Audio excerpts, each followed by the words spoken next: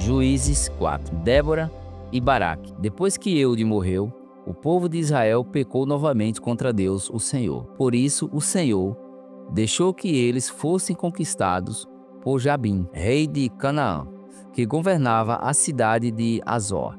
O comandante do seu exército era Sísera, que morava em Arosete-Agogim. Jabim tinha 900 carros de ferro. Durante 20 anos, ele maltratou o povo de Israel sem dó nem piedade. Então o povo de Israel pediu socorro a Deus, o Senhor. Débora, mulher de Lapidote, era profetisa, era também juíza dos israelitas naquele tempo. Havia uma palmeira entre Ramá e Betel, na região montanhosa de Efraim. Débora sentava-se debaixo dela e os israelitas vinham até ali para que ela julgasse as questões que eles traziam. Ela mandou chamar Baraque, filho de Abinoão, que estava na cidade de Quedes, no território da tribo de Naftali, e lhe disse: o Senhor, o Deus de Israel, está lhe dando esta ordem: escolha 10.000 homens das tribos de Naftali e Zebulon e os leve ao monte Tabor. Eu vou trazer Sísera, o comandante do exército de Jabim, até o rio Quizon, para lutar contra você. Ali virá com seus carros de ferro e soldados, mas eu farei com que você o vença. Então Baraque disse a Débora: só irei se você for comigo. Se você não for, eu também não irei. Ela respondeu: está bem, eu vou com você, mas você não ficará com as honras da vitória, pois o Senhor Deus entregará Sísera nas mãos de uma mulher. E Débora foi com Baraque para Quedes. Baraque convocou as tribos de Zebulon e Naftali para a cidade de Quedes, e 10.000 homens o seguiram, e Débora foi com ele. Acontece que Heber, o queneu, havia se separado dos outros queneus, os descendentes de Obade, cunhado de Moisés. Ele havia armado as barracas perto do carvalho de Zananim, que não ficava longe de Quedes. Avisaram Sísera que Baraque, filho de Abinoão, havia subido ao monte Tabor. Então ele mandou vir os seus 900 carros de ferro e todos os seus homens, e os fez ir de Arosete-Agogim até o rio Quizon. Então Débora disse a Baraque: vá agora, porque é hoje que o Senhor lhe dará a vitória sobre Sísera. O Senhor está com você. Então Baraque desceu do monte Tabor com os seus 10.000 homens. Quando Baraque apareceu com o seu exército, o Senhor fez com que houvesse uma grande confusão no meio dos soldados e dos carros de Sísera. Aí Sísera desceu do seu carro e fugiu a pé. Mas Baraque perseguiu os carros e os exércitos de Arosete-Agogim. Todo o exército de Sísera foi destruído, ninguém escapou. Porém, Sísera fugiu para a barraca de Jael, mulher de Heber, o queneu. E fez isso porque Jabim, rei de Azor, estava em paz com a família de Heber. Jael saiu da barraca para encontrar Sísera e lhe disse: entre, meu senhor, entre na minha barraca, não tenha medo. Então ele entrou e Jael o cobriu com um tapete. E Sísera pediu a ela: por favor, me dê um pouco de água, porque estou com muita sede. Ela abriu um odre de leite e lhe deu de beber. Depois cobriu Sísera de novo. E ele disse: fique na porta da barraca, e se alguma pessoa vier e perguntar se há alguém aqui, diga que não. Sísera estava muito cansado e caiu no sono profundo. Aí Jael pegou um martelo e uma estaca da barraca, entrou de mansinho e fincou a estaca na cabeça dele. Na fonte, a estaca atravessou a cabeça e entrou na terra, e ele morreu. Quando Baraque chegou perseguindo Sísera, Jael saiu para encontrá-lo e disse: venha cá, e eu lhe mostro o homem que você está procurando. Então Baraque foi com ela e encontrou Sísera no chão, morto, com a estaca atravessada na cabeça. Naquele dia, Deus fez com que os israelitas derrotassem Jabim, o rei cananeu, e eles continuaram atacando Jabim cada vez mais até acabarem. Juízes 5. A canção de Débora e Baraque. Naquele dia, Débora e Baraque, filho de Abinoão, cantaram assim: louvem a Deus, o Senhor. Os israelitas resolveram lutar e o povo se apresentou alegremente. Ouçam, reis, prestem atenção, governadores. Eu tocarei música e cantarei ao Senhor, o Deus de Israel. Ó Senhor Deus, quando saíste das montanhas de Seir, quando vieste da região de Edom, a terra tremeu e as chuvas caíram do céu. Sim, caiu muita água das nuvens. As montanhas tremeram diante do Senhor, o Deus do monte Sinai, diante do Senhor, o Deus de Israel. Nos dias de Sagá, filho de Anate, nos dias de Jael, as estradas estavam desertas e os viajantes usavam os desvios. Nas cidades de Israel não havia ninguém. Elas ficaram vazias até que você, Débora, veio para ser mãe de Israel. Os israelitas escolheram novos deuses e então houve guerra no país. E dos 40.000 homens de Israel, nenhum carregava escudo ou lança. O meu coração está com os comandantes de Israel, com o povo que se ofereceu alegremente. Louvem a Deus, o Senhor. Falem disso vocês que montam jumentos brancos sentados nas suas celas e os que viajam a pé. Escutem. A multidão barulhenta em volta dos poços está falando das vitórias do Senhor, das vitórias do povo de Israel. Então o povo do Senhor desceu para as suas cidades. Levantem-se, Débora. Levantem-se, levantem-se. Cantem uma canção. Levantem-se, marchem.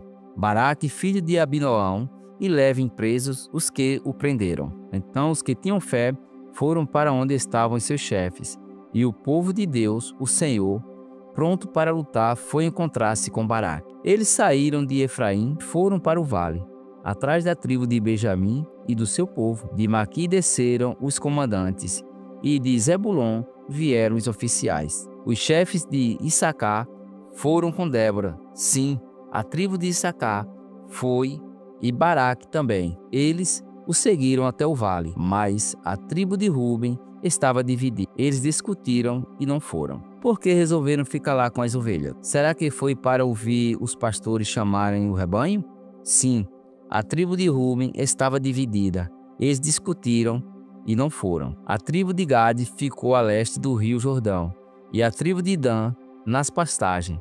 A tribo de Azer parou perto do mar e ficou na beira das praias. Mas o povo de Zebulon e de Naftali arriscou a sua vida no campo de batalha. Os reis vieram e lutaram em Taanac, perto do riacho de Megido. Os reis de Canaã lutaram, mas não tomaram dos inimigos nenhuma prata. Até as estrelas lutaram. Enquanto caminhavam pelo céu, elas lutaram contra Sísera. Os inimigos foram arrastados por uma enchente do rio Quizon, o velho rio Quizon. Eu marcharei com firmeza. Então os cavalos galoparam e galoparam, socando a terra com os seus cascos. Amaldiçoem a cidade de Meroz, diz o anjo do Senhor. Amaldiçoem os seus moradores, pois eles não vieram ajudar o Senhor, não vieram com soldados para lutar por ele. A mais feliz das mulheres é de Jael, a mulher de Eber, o queneu. Ela é a mais feliz das mulheres que vivem em barracas. Sísera pediu água, porém ela deu leite, trouxe nata para ele numa linda taça. Pegou a estaca com uma das mãos e a marreta com a outra. Deu um golpe em Sísera e esmagou a sua cabeça. Furou e quebrou a sua cabeça em pedaços. Ele caiu de joelhos, tombou e ficou estendido a seus pés. Aos seus pés, ele caiu de joelho e tombou. Ele caiu morto no chão. A mãe de Sísera olhou pela janela da sua casa, olhou bem pela grade da janela e disse: por que o seu carro demora tanto para chegar? Por que os seus cavalos andam tão devagar? As suas companheiras mais sábias respondiam, e ela repetiam para si mesma: eles devem estar dividindo as coisas que tomaram. 1 ou 2 moças para cada soldado, roupas luxuosas para Sísera e pano bordado para o pescoço da rainha. Assim, ó Senhor Deus, morram todos os teus inimigos, porém que os teus amigos brilhem como a forte luz do sol nascente, e houve paz no país durante 40 anos. Jó 35, terceira fala de Eliú. Em seguida, Eliú disse: Jó, você não tem o direito de dizer que para Deus você é inocente, e também não pode perguntar assim: ó Deus, será que te sentes mal com o meu pecado? E que vantagem tenho se não pecar? Pois eu vou responder a você e também aos seus amigos. Olhe para o céu e veja como as nuvens estão muito acima de você. Se você peca, isso não atinge a Deus lá no alto. As suas faltas, por muitas que sejam, não vão prejudicar a Deus. Se você faz o bem, não está ajudando a Deus. Ele não precisa de nada que é seu. São os outros que sofrem por causa dos pecados que você comete. E também são eles que são ajudados quando você pratica o bem. Os homens, quando são perseguidos por todos os lados, gemem e gritam, pedindo que alguém os livre das mãos dos poderosos. Porém, não voltam para Deus, o seu Criador, que dá forças nas horas mais escuras. Eles não voltam para Deus, que os torna sábios, mais sábios do que as aves e os animais. Eles gritam por socorro, mas Deus não responde, porque são orgulhosos e maus. Mas é falso dizer que Deus não ouve o que o Todo-Poderoso não vê. Jó, você diz que não pode ver a Deus, mas espere com paciência, pois a sua causa está com Ele. Você pensa que Deus não castiga, que Ele não presta muita atenção no pecado. Não adianta nada continuar o seu discurso. Você fala muito, porém não sabe o que está dizendo. Atos 16, versículo 16. Na cadeia de Filipos. Certo dia, quando estávamos indo para o lugar de oração, veio ao nosso encontro uma escrava. Essa moça estava dominada por um espírito mau que adivinhava o futuro, e os seus donos ganhavam muito dinheiro com as adivinhações que ela fazia. A moça começou a nos seguir, gritando assim: "Estes homens são servos de Deus Altíssimo e anunciam como vocês podem ser salvos." Ela fez isso muitos dias. Por fim, Paulo se aborreceu, virou-se para ela e ordenou ao espírito: "Pelo poder do nome de Jesus Cristo, eu mando que você saia desta moça." E no mesmo instante o espírito saiu. Quando os donos da moça viram que não iam poder mais ganhar dinheiro com as adivinhações dela, agarraram Paulo e Silas e os arrastaram até a praça pública, diante das autoridades. Eles os apresentaram a essas autoridades romanas e disseram: "Estes homens são judeus e estão provocando desordem na nossa cidade. Estão ensinando costumes que são contra a nossa lei. Nós que somos romanos não podemos aceitar esses costumes." Aí, uma multidão se ajuntou para atacar Paulo e Silas. As autoridades mandaram que tirassem as roupas deles e os surrassem com varas. Depois de baterem muito neles, as autoridades jogaram os dois na cadeia e deram ordem ao carcereiro para guardá-los com toda a segurança. Depois de receber essa ordem, o carcereiro os jogou numa cela que ficava no fundo da cadeia e prendeu os pés deles entre 2 blocos de madeira. Mais ou menos à meia-noite, Paulo e Silas estavam orando e cantando hinos a Deus, e os outros presos escutavam. De repente, o chão tremeu tanto que abalou os alicerces da cadeia. Naquele instante, todas as portas se abriram e as correntes que prendiam os presos se arrebentaram. Aí o carcereiro acordou. Quando viu que os portões da cadeia estavam abertos, pensou que os prisioneiros tinham fugido. Então puxou a espada e ia se matar. Mas Paulo gritou bem alto: "Não faça isso, todos nós estamos aqui." Aí o carcereiro pediu que lhe trouxessem uma luz. Entrou depressa na sala e se ajoelhou, tremendo, aos pés de Paulo e Silas. Depois levou os dois para fora e perguntou: "Senhores, o que devo fazer para ser salvo?" Eles responderam: "Creia no Senhor Jesus e você será salvo, você e as pessoas da sua casa." Então eles anunciaram a palavra do Senhor ao carcereiro e a todas as pessoas da casa dele. Naquela mesma hora da noite, o carcereiro começou a cuidar deles, lavando os ferimentos da surra que haviam levado. Logo depois, ele e todas as pessoas da sua casa foram batizados. Em seguida, ele levou Paulo e Silas para sua casa e lhes deu comida. O carcereiro e as pessoas da sua casa ficaram cheios de alegria, porque agora criam em Deus. Quando amanheceu, as autoridades romanas mandaram alguns policiais com a seguinte ordem para o carcereiro: "Solte esses homens." Então o carcereiro disse a Paulo: "As autoridades mandaram soltá-los. Podem ir embora em paz." Mas Paulo disse aos policiais: "Eu e Silas somos cidadãos romanos e mesmo assim, sem termos sido julgados, fomos surrados em público e depois nos jogaram na cadeia. E agora querem nos mandar embora, assim em segredo? Isso não.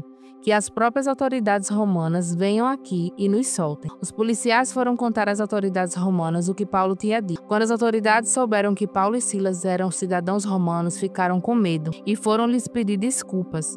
Então os tiraram da prisão e pediram que fossem embora da cidade. Paulo e Silas saíram da cadeia e foram para a casa de Lídia. Ali encontraram-se os irmãos, animaram a todos e depois foram embora.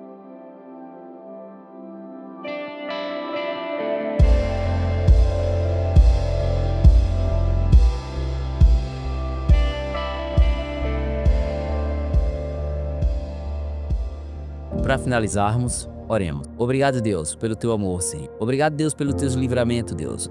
Obrigado, Deus, porque o Senhor nos tem feito, diante da tua presença, poder caminhar contigo. Que a sombra das tuas mãos esteja sempre sobre as nossas vidas. Que o Senhor, Deus, guarde e proteja cada um dos nossos familiares, cada um da nossa parentela. Toma, Deus, em tuas mãos, Senhor, as crianças dessa localidade, deste município. Abençoa, Deus, o nosso país, Senhor. Toma, Deus, em tuas mãos, Senhor. Vai direcionando, vai dando entendimento, sabedoria, Senhor. Vai abrindo, Deus, a nossa mente, Senhor, para que venhamos, Deus, transformar, Senhor, através do nosso conhecimento, através da nossa mente, Senhor, este mundo, Pai, para que o teu nome seja glorificado, Senhor, para que o Senhor venha reinar sobre nossas vidas, Senhor. Toma, Deus. Obrigado, Deus, pelo alimento, obrigado pela saúde. É assim, Deus, que nós te oramos, Pai, é assim que nós te agradecemos, crendo, Senhor, na tua palavra, confiando que o Senhor está sempre ao nosso lado, nos guardando e nos protegendo, Senhor. Toma, Pai, em tuas mãos. Obrigado por tudo, em nome do Senhor Jesus. Amém.